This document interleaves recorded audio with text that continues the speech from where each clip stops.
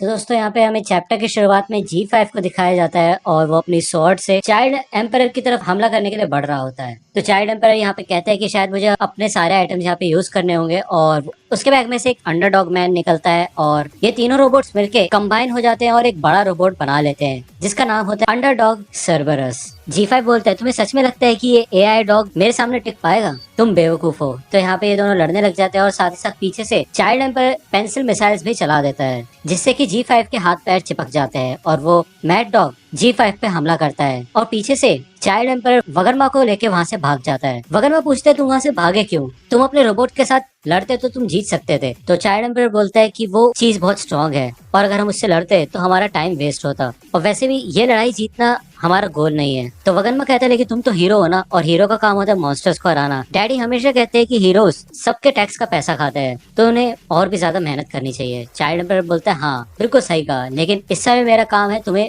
सुरक्षित तौर से घर पहुंचाना। और तभी आगे से एक मॉन्स्टर आ जाता है लेकिन ऑटोमेटिकली चाइल्ड एम्पर के रोबोट हैंड्स उस मॉन्स्टर को मार देते हैं। वो कहता है अगर हम जीत भी गए तो उसका कोई भी मतलब नहीं होगा क्योंकि अगर मुझे चोट लग जाएगी तो मैं तुम्हें यहाँ से निकाल भी नहीं पाऊंगा। तो ये जब यहाँ से जा रहे होते हैं तब वगनमा को फिनिक्स मैन की बॉडी दिखती है। तो चाइल्ड एम्पर बोलता है इसको देख के डरो मत, कोई बात नहीं, ये मर चुका है और मैंने इसको पहले हरा दिया था। तो वगनमा कहते हैं ये तो बिल्कुल बर्ड ब्रेन की तरह है। तो चाइल्ड एम्पर बोलता है हाँ उसने बर्ड कॉस्ट्यूम के बारे में बात की थी, लेकिन क्या ये कोई फेमस कैरेक्टर है? तो वगनमा बताता है कि हाँ ये कॉमेडी शो एनिमल एम्पायर में आया करता था, लेकिन वो शो कैंसिल हो गया था क्योंकि इस शो में काफी ज्यादा डार्क ह्यूमर था। बर्ड ब्रेन की मोटी बुद्धि थी तो वो हमेशा मरता रहता था। कभी वो पावर लाइन से ठुक जाता था और उसके बाद एक फ्राइड चिकन बन जाता था, लेकिन उसकी चमड़ी इतनी मोटी थी और सर इतना बड़ा था कि वो हमेशा जिंदा हो जाता था। लेकिन वो सिर्फ एक टीवी शो था। तो चाइल्ड पर बोलता है हाँ लेकिन हमें मॉन्स्टर्स के बारे में कुछ पता नहीं है। जैसा कि ग्योरो ने कहा था कि मॉन्स्टरिफिकेशन में एक इंसान को उसके मौत तक स्ट्रेस दिया जाता है और तभी उसकी असली ग्रोथ होती है। तभी पीछे से एक धमाका होता है और वहाँ पे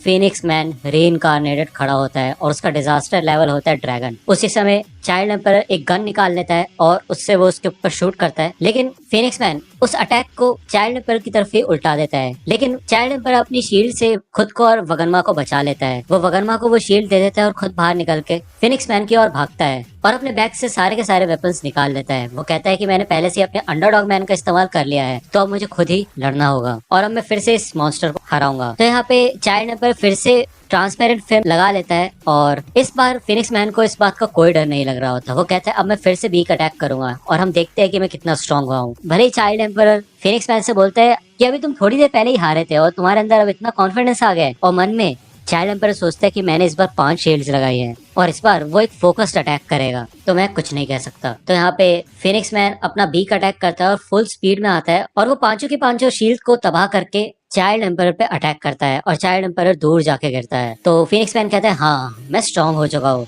और अब मुझे काफी ज्यादा अच्छा महसूस हो रहा है। वगनमा इसे देख के काफी ज्यादा टेंशन में आ जाता है और वो कहता है चाइल्ड एम्पर तो एक क्लास एस हीरो है तो इस हिसाब से ठीक रहेगा, है ना। यहाँ पे फिनिक्स मैन अपनी खुशी बना रहा होता है कि कैसे वो सबसे ज्यादा स्ट्रॉन्गेस्ट बन गया है और अब उसके सामने कोई नहीं टिक सकता। और वो कहता है इस बार तो मैं तुम्हें नर्क में भेज ही दूंगा और तुम्हें पता भी नहीं चलेगा, तो तुम्हें रोने की जरूरत नहीं है। तो यहाँ पे चाइल्ड एम्पर रो रहा होता है। वो कहता है कि मैं इसलिए नहीं रो रहा क्योंकि मेरे को डर लग रहा है, लेकिन मैं अपनी कमजोरी की वजह से रो रहा हूँ। मैं बिल्कुल नहीं चाहता था कि ऐसा कुछ हो, लेकिन शायद मुझे अपने अल्टीमेट वेपन को यूज करना ही पड़ेगा। तभी वो अपनी वॉच को एक्टिवेट करता है और यहाँ पे एक मॉन्स्टर का सीन दिखाया जाता है और वहाँ पे दीवार तोड़ के एक ड्रिलिंग मशीन जैसी आती है और जहाँ पे ये सपोर्ट टीम होती है उनको नीचे से वाइब्रेशन भी महसूस होती है और सेकिंगर देखता है एक सर्टेन लोकेशन पे 5 अननोन ऑब्जेक्ट्स जा रहे हैं। वो सारे के सारे रोबोट्स होते हैं और वो बिल्कुल आयरन मैन की तरह चाइल्ड एम्पर के बॉडी पे जाके अटैच हो जाते हैं। इसके बाद चाइल्ड एम्पर तैयार हो जाता है और वो फिनिक्स मैन को बहुत ज्यादा मारता है और अंत में आके वो कहता है कि मुझे पता था कि ऐसे ही कुछ होगा तो इसलिए